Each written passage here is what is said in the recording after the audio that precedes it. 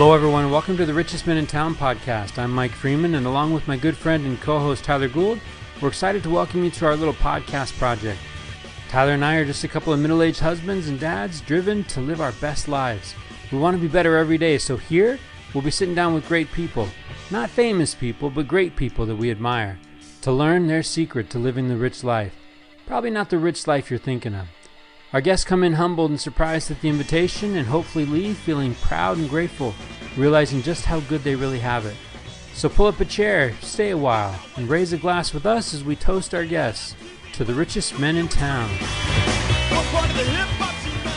Man, so here's the cool thing, right? Like, you've had both your kids at home, right? I had my daughters at home that are at school. And I happened to come home from work yesterday, and as I was sitting down working after I got home from work, I was sitting at the dining room table doing some work, and I hear my kids talking to your kids, scheming the road trip meetup, and it did my heart some good to hear them laughing together and making plans together. So well, let me tell you.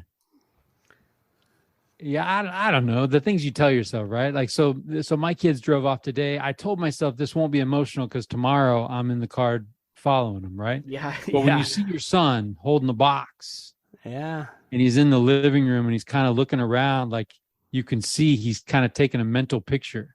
Yeah. You know, and he's like, "This is kind of weird, Dad." Mm-hmm. You know?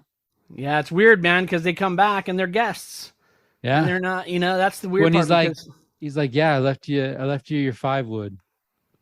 You know, because he takes off my gloves. I went golfing the other day. Seriously, okay, no, literally, I go golfing the other day. His group of friends challenged my old man group of friends to a scramble, right? 4 and 4, but we go. Young guys go ahead, and old guys are in our own 4, right? Yeah. Well, I've realized that I'm not self-reliant in the game of golf without my son because he's broken my driver. So I bought him a driver. The driver's in his bag. So I'm out, right? Well played, Abe Freeman. Yeah. Well played. So he takes off. I put my shoes on. I got a blowout in my golf shoe. Right, so the adhesive is off, right? So I was like, oh, this is gonna be fun. And then I hit hole number 3 or 4. It's a par 3. I go to grab my 9-iron, and I put a little bit of pressure on it on my way to the tee box. The head snaps off. Oh, you got a little brittle bone disease on those clubs, huh? So after the round, I'm like, hey man, what's going on, man? My 9-iron. He's like, oh yeah, yeah, sorry about that. I love it, man. Anyways, I'm gonna miss him. I'm gonna miss that. Yeah, they're out there. They are conspiring with the Gouldites and Freemanites are hopefully up to. Let's be real. I hope they're up to no good. I hope they get into some trouble. There was all kinds of plans going on, man. They were talking about concerts and all kinds of stuff. So sounded like a good time to me. They said. Well, you know who's paying for that good time. So 100%. Yeah. But I did tell Abe's asked if Ricky and I were driving out there to help them move in. I said that's a one-time thing, man. We moved him in once. I said, how many times you want me to walk you through the front door? You know, you're good, man. You're good. Well, Abe was planning on going out to summer, right? His plans changed. He had quit his job. He had one a last day at Burrito Bandito. Shout out to Burrito Bandito. Kelly and I went in and supported him, had a last supper, and then we took a picture with the crew, right? The whole bit. Yeah. And then he changes his plans, goes back to Burrito Bandito's like, hey, can I have my job back? They said, sure, right? Yeah. So then he has his second last day, and he reaches out to us because we didn't go. Yeah. And he's like, well, how come you didn't come to my last day? Yeah. Hey, I'm a one-time guy, man. We did that, man. He's like, why didn't you stop by and just get a drink or something? You know what I mean? He's like all bitter. Yeah. Like, yeah. Yeah, we've done that. We said our thanks to Burrito Bandito. Like, we're good. Yeah. But man, he's super emotional on his way out. Oh man, Yeah? that's leaving burrito. Oh, just leaving everything, man. He's on the edge. No, it's good, man. I could, I could tell that there was some, some nerves in the voices, but it's all good, man. I love it. It's all good. It's the next part. It's the next part, and we talked about this. You got to get there. We talked about the. I think a few episodes back, you and I talked about the fact that I feel like, anyway, I do a terrible job of selling adulthood to my kids, and I'm trying to do better at that, and they're having fun, man. They're living their best life right now. So I think this podcast maybe has been mentioned before on the Richest Man in Town, but I'm curious about Jim Rome's reinvention project. I haven't heard it, haven't listened to it. Okay. But now that I'm truly an empty nester, I'm starting to feel like maybe some reinvention is what the doctor ordered right now, right? Yeah. I've had some efforts, Tyler, to reinvent. Thanks to some of our guests. Yeah. I now am a consumer of a Fairlife protein shake. Yeah. Right? Yeah. I have an acoustic guitar that kind of sits there and I feel guilty. Yeah. Haven't really gone there. But I'm just thinking maybe I'll be a hiker. Yeah, maybe Kelly and I can start hiking. Yeah. Right. Or maybe what is the reinvention? I don't know if this is like maybe midlife creeping in, or I'm just not sure. Maybe I'll be a cook. I have this dream, Mike Freeman, that one day my wife and I will be golfers together. Now, I broached this topic when she was 9 months pregnant with Abigail and bought her a set of clubs to assuage my own guilt, obviously, right, for my golf habit. So I'm hoping that at some point, in my mind, we are going to be that golf couple. You know what? I went this route. We got as far as the shoes. Okay. And I got to tell you, nobody looks better in a pair of golf shoes than Kelly Freeman. But that's about as far as we went. Okay. So we have attempted the golfing thing. But we are definitely, we're mini putt fans, But see, now that you're an empty nester, so I still have one at home. Carving out 4 to 5 hours on a weekend is near impossible with any children at home, right? Yeah. Well, the local Indian casino was running an ad, and the Nitty Gritty Dirt Band is in town. And I told Kelly, maybe that's what we could do, is we could just become casino concert. I thought for a second you were going to say you're going to go do the one-armed bandit kind of thing at the, see what we can. No, so I'm just, we're in a transition right now. But here's the cool thing, right? And some, I love the times when my kids were young in the home.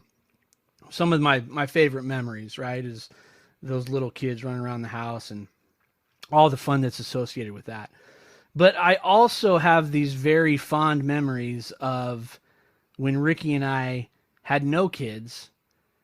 And if I'm being totally honest with you, part of me is looking forward to that time again where Ricky and I will be Ricky and I, and our energies will be focused as much as possible on each other, Yeah.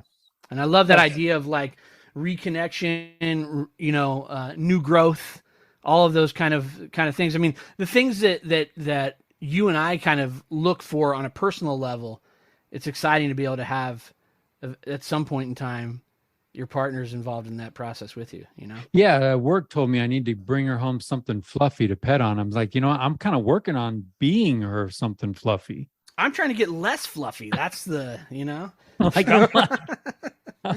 I'm getting my fluffy on so that, Hey, on a personal development front, can I just tell you, I think it was after our last episode, but that Kevin Worthen talk that you dropped, the pursuit of all truth on BYU Speech's website. Woo! I'm telling you, Mike, like I have had that talk and Elder Holland's talk, Remember, which he gave at BYU, Idaho, I believe, Yeah. on repeat. And I think those two paired together makes a mind blowing event. Yeah, because So, if you think so his whole premise is this world of this post-truth world. Post-truth is like Oxford Dictionary's 2016 word of the year, like right. this idea of like there's relative truth, but this is even worse than relative truth. Like you don't need truth. Right. Like there is no such thing as truth. Yeah. Yeah. Right. And what a cunning little play out of Satan's playbook that is. The idea of like, hey, it's not a matter of going out and seeking for it. It's not existent. Yeah, it really is this idea of launching the boat into the deep and then removing the rudder and the sails, and it's just kind of an interesting thing. But water everywhere, nor any drop to drink. Yeah. Right. That ancient mariner's lament turns into today, data everywhere and not a thought to think. Yeah.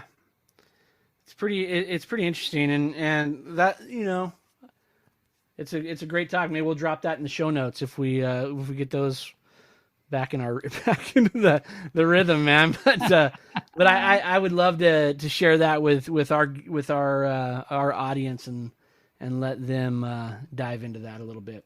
Yeah, I'm thinking there's a quote from Elder Maxwell. It's like, because we have questions, right? And people carry questions, and we've got these things that that we're still trying to figure out. And I love this. The thought that he shares is that we may not be able to. We're not going to be able to figure it all out like a math problem and come up with the total sum because we don't have all the numbers. Right. Yeah. But there's just some things that we don't know. Right. Right. Yeah. It is interesting. And, there's sort of this movement, that we throw the baby out with the bathwater. We decide that, well, some of these truths or some things are incongruent with the truths that I hold. So therefore I will delete everything. Right. Rather than let me hold on to these things and nurture these truths so that I can be bolstered through the next round of difficulties that come. Yeah. I've been thinking of, and I think that there's a cool kind of a youth fireside, this idea of like questions and how do I get answers and is God answering my prayers? And I think I haven't decided, like, when you're texting somebody, and I don't know if it's Apple to Apple, if it works Apple to Samsung, but like if I text you and you're texting me back, I can see those three dots dancing. Right. Right. And those three dots dancing has kind of conditioned me. Right. Like, okay, here it comes. Yeah. Right. Here it comes. And like, when we offer up prayers, we don't necessarily have those three dots. Yeah. Yeah. And I think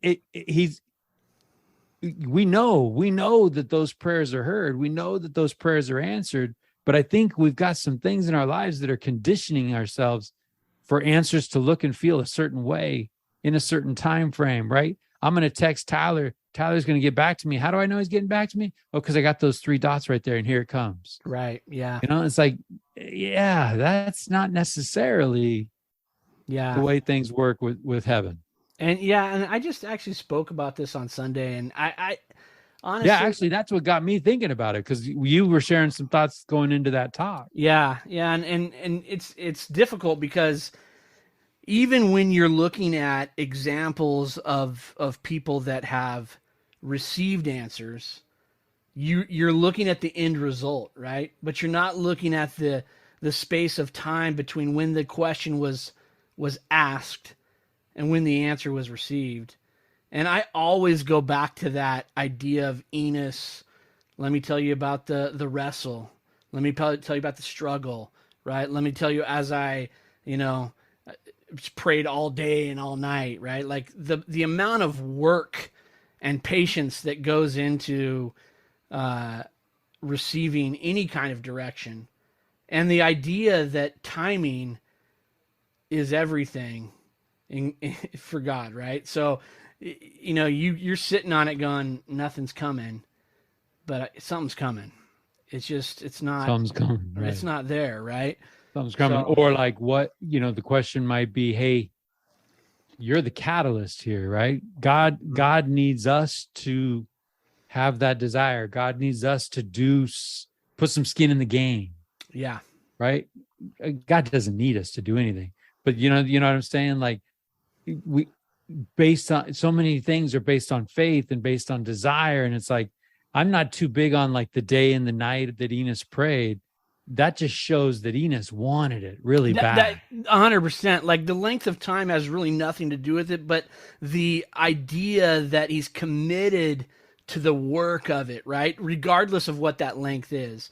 And sometimes we think, well, he was on his knees for 48 hours or, 50 hours, whatever it is. But the reality is sometimes those questions are months, years, weeks, days in the making, where we continually are approaching with that same question. Yeah. And I'm even thinking King Lamoni when he's talked about, King Lamoni's father, when he learns about faith and he learns about repentance, and he's like, I'll give up everything I've got. Yeah. To know God, if he can clean me of my sins, right? Yeah. Like that's desire. Well, and that's not something hypothetically he throws out there. It's like, no, I'll give it all up. Right. Because that's how important it is for me.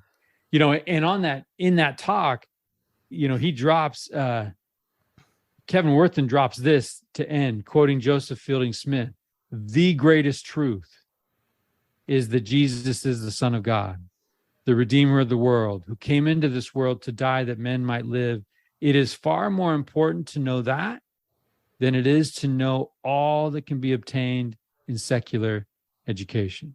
Yeah. Yeah. You think of like John 18, when Jesus is having that exchange with Pilate. Yeah.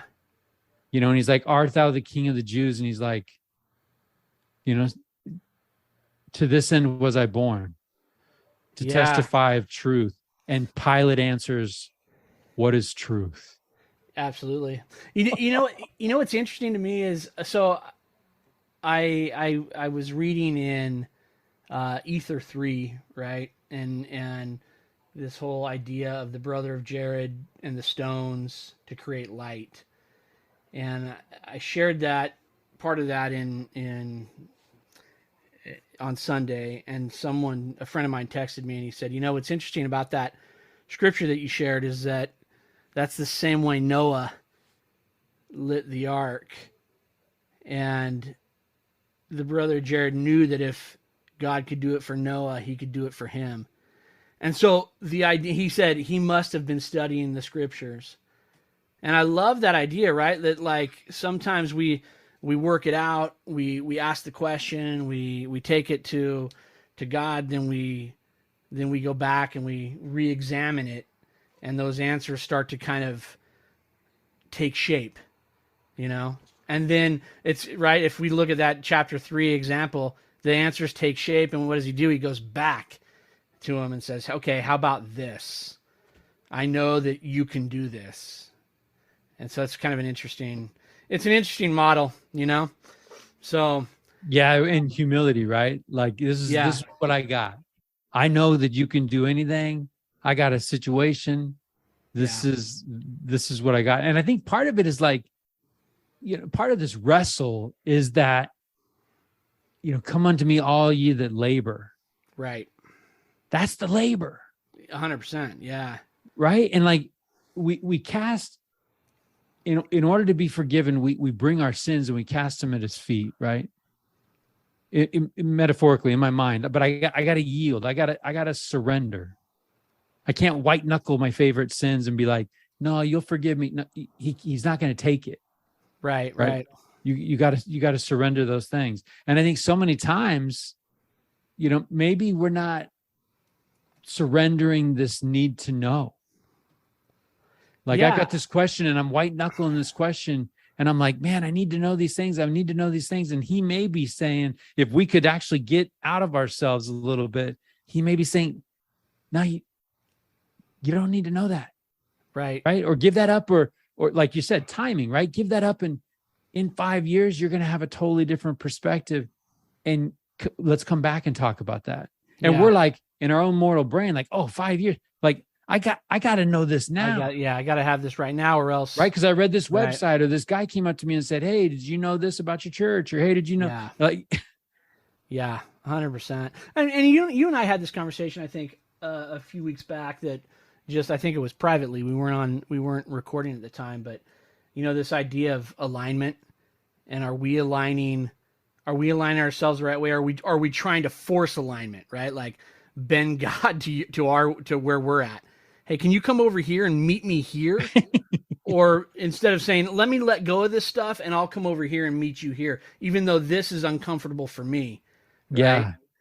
And Joseph Smith in that standard of truth, the truth will advance, right? Boldly, nobly, and independent. Yeah. The truth of God is independent. Well, and I think so many of us, we're so wrapped up, myself included, we're so wrapped up in ourselves. We're taking selfies, we're posting our opinions, right? And so the idea of like, and that's where you get into that perverted way of like, well, this is my truth. 100%. Yeah. No. There's things I know to be true, but that truth is independent of popular opinion, independent of political parties. It is independent. Yeah. And that means I've got to go seek it. And I'm telling you, mine, Mike, that language, and we've talked about this before, but language is so important. And I think that somewhere we've decided that my truth and the truth are the same thing.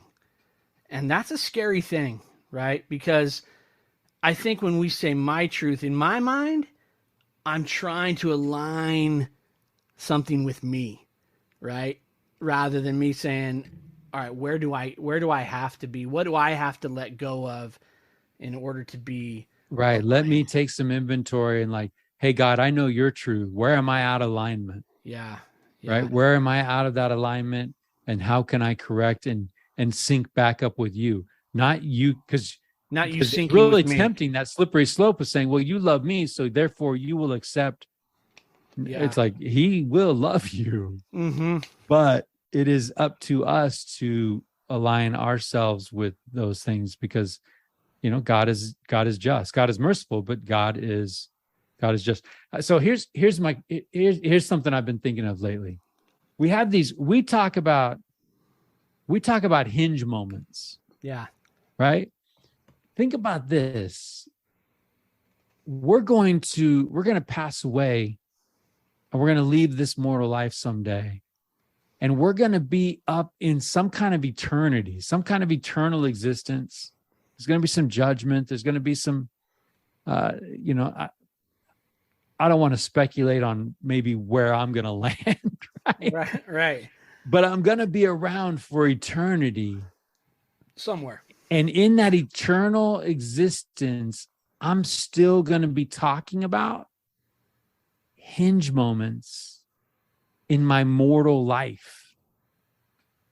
Yeah. Right? Absolutely. Yeah. Like I'm going to be in places where the priesthood was and ordinances were performed that open up doors for me to be able to become more like Jesus Christ.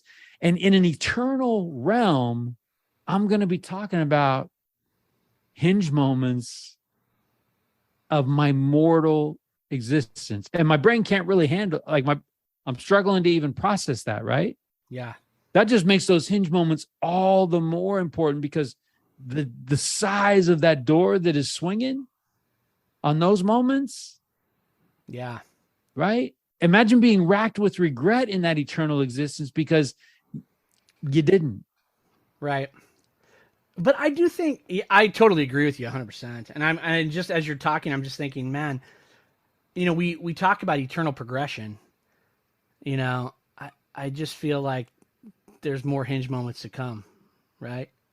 Beyond, right? Yeah. We progress, and it's like your understanding's increased, your vision's increased, and there's probably more pivots to come. Yeah. Well, let me tell you, which is exciting, Yeah, let me tell you. So, Patriarchal Blessings, we'll drop that in the show notes for those that aren't familiar with it. But Abe got his right before he left for college, right? And I'm not going to divulge any of that. Right. There were a couple things where it's like, man, I can't wait to see that. Yeah. Oh, 100%. Yeah. I cannot wait to see that. Yeah. Yeah, absolutely. Alive or dead. If I'm alive, if I'm dead, I'm still going to be watching my boy and be excited. Hopefully live out that purpose, right? And do some of those things that have been promised. And yeah, I got to tell you that's going to be fun. Yeah, it's exciting stuff, man. Hey, I know I've thrown this book out before, Hero Code. Yeah. Right? Hero Code by Admiral William H. McCraven. I just want to, this is so RMIT, brother. I'm just going to read this out, right?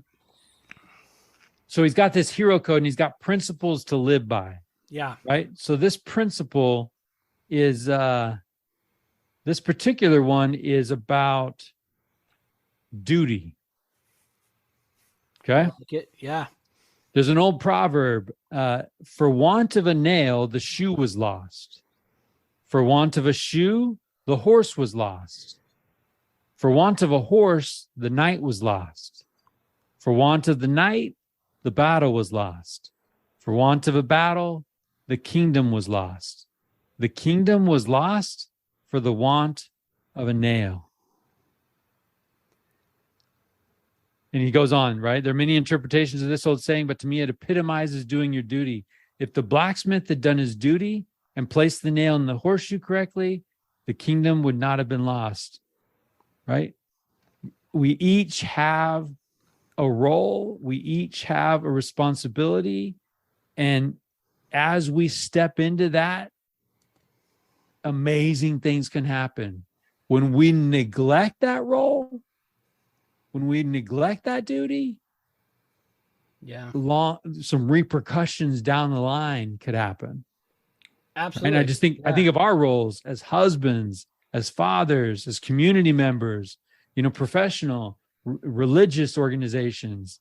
I hate to quote Bill Belichick, but that idea of like, do your job. Yeah. I think he's onto something.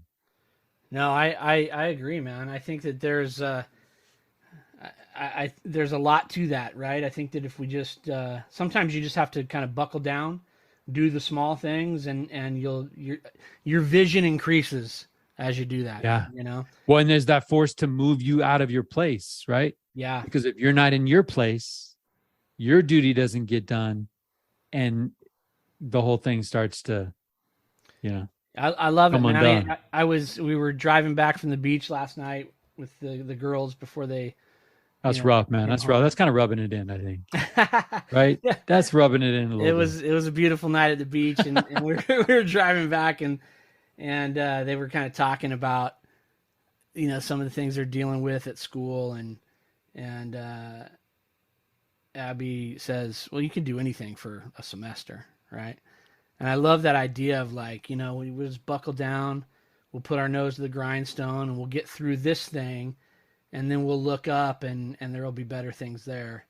That's a cool thing, and the thing they don't understand, or right, the thing that they maybe are learning now is that in the you can do anything for a semester, you're actually building your capacity. Absolutely, yeah. And the more accurate and truthful that statement becomes, because 100%. You wake up a semester later, and you're a different person in a different place with different strengths and capacities. Well, yeah, and I think too, like I always think about that DNC 121, right, where it's like if you endure it well, and I think that there's this principle like we endure, and it's miserable and dirty, and gosh darn it, I wish this was over, and then at some point, as you're, the attitude of endurance changes, and you can see the good that comes from some of those things. So, yeah, man, it's a lot of exciting things going on for you and for the Goulds. It's good stuff. I just think these are exciting times, right? Recently, we had a kid come home from a mission, and he came out to me and was just like, hey, look, before the mission, I didn't really see the value of some of the adults in my life. And, I kind of got the vibe that you were just preaching. You were just preaching at me. Mm-hmm. But now I know some of the things that you knew or that and I get it and I appreciate it. I love Like, that, man. once you know the things that I know, you'll be preachy. And the cool thing is that conversation with that person is, you could almost say to them, I had the same thought and someone else was preaching to me. Yeah. And it's a cool thing that it just keeps, the wheel keeps moving, Yeah. Just be patient, right? Just be patient. And people are doing the best they can with the things that they know. And when they know better, they'll do better. But, hang on to the things that don't dismiss those things and walk away from those things, because there's things that are core truths that will propel you to the next step if we're patient. And that's hard, man. Well, we talk about from time to time, we ask our guests, what are you afraid of? Yeah.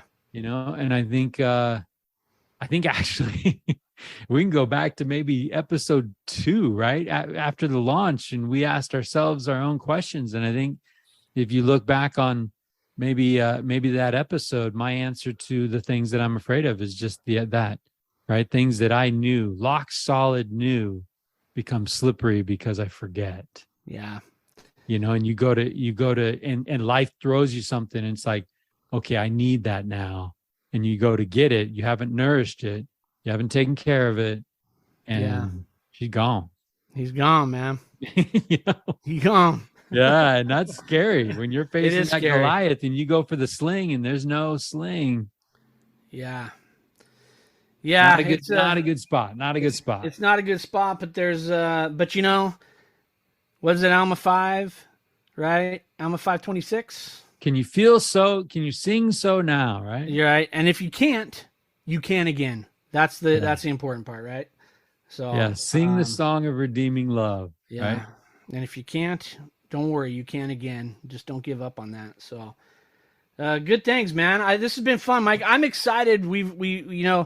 This is sort of we've got a couple episodes that have come out in this new season 4, but I'm excited for what season 4 holds for us and the things that we'll learn. And we're looking at some formatting, right? We're looking at some things and we're looking to experiment. And honestly, like we always say, man, it's about the guests. It's all about the guests, man. But tonight's conversation, tonight, not so much, maybe. Man. Yeah.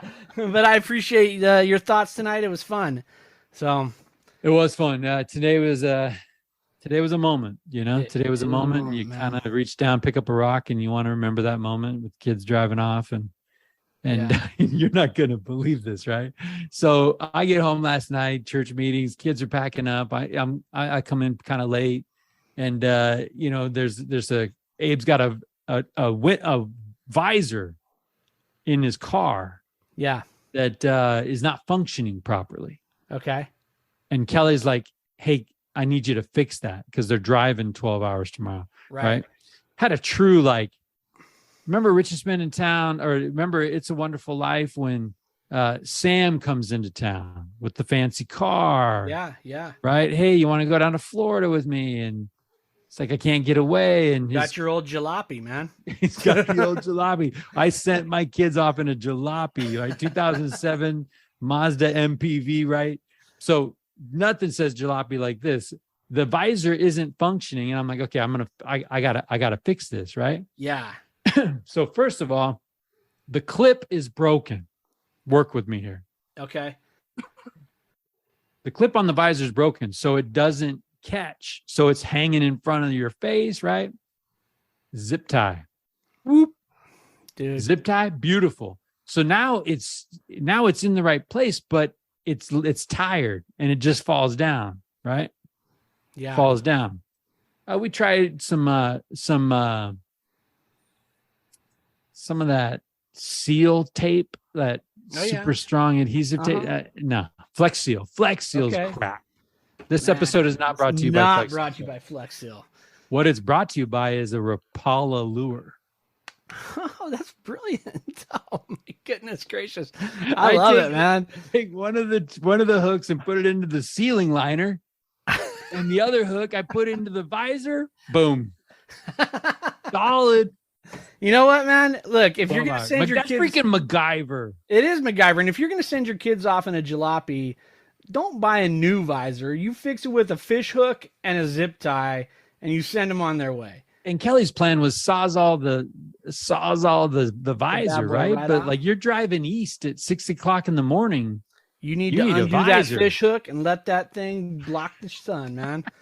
You know? We will drop a MacGyver in the show notes as well, because our listeners may not know. They may not know the goodness of MacGyver. But that's the ultimate compliment, right? If somebody's like, man, it's a MacGyver move for me, it's like, absolutely, man. All day long. I agree. Hey, listen, when you're in Utah, you're leaving tomorrow, you're going to see your kids, you're going to move them in. Make sure you give my kids a hug, and I'll hug it up and have some fun, man. We'll hug it up, and got to do some Cafe Rio or whatever the kids do these days. I'm not sure. I don't know. I heard my kids say, we're going to see your parents, right? So they're looking forward to seeing Mike and Kelly. So that'll be good, man. I think they're just looking for an adult to buy dinner. That's probably true. I bought a lot of dinners while this last week while my kids were down. I'm just going to send my paycheck over there. Like, just take it. Like, it's getting ridiculous. Oh, I was just having you don't even want. I was just having a conversation. It's getting ridiculous. You want to talk about things getting slippery? My money's getting slippery. Oh, slippery. Yeah. Hey, it's an investment, right? That's right. Yeah. Hopefully. It's an investment in some moments that in the ability for these kids to change the world. So here we go. Payoff in dividends, man. It's gonna be good stuff. So, but payoff in dividends sounds like it's gonna be money. You know, it won't be money. No. It'll be like full heart. Right, it'll be pride, but it won't be. Yeah, full heart and an empty wallet is what it'll be, man. It's all good. Yeah, that's good. Right. Hey, like we said a million times, if we're writing the book, we wouldn't write it any other way. Amen, brother. Drive safe. Have fun with those kids. Tell my kids I love them. I'll give them a hug for you, man. All right, sounds good, brother.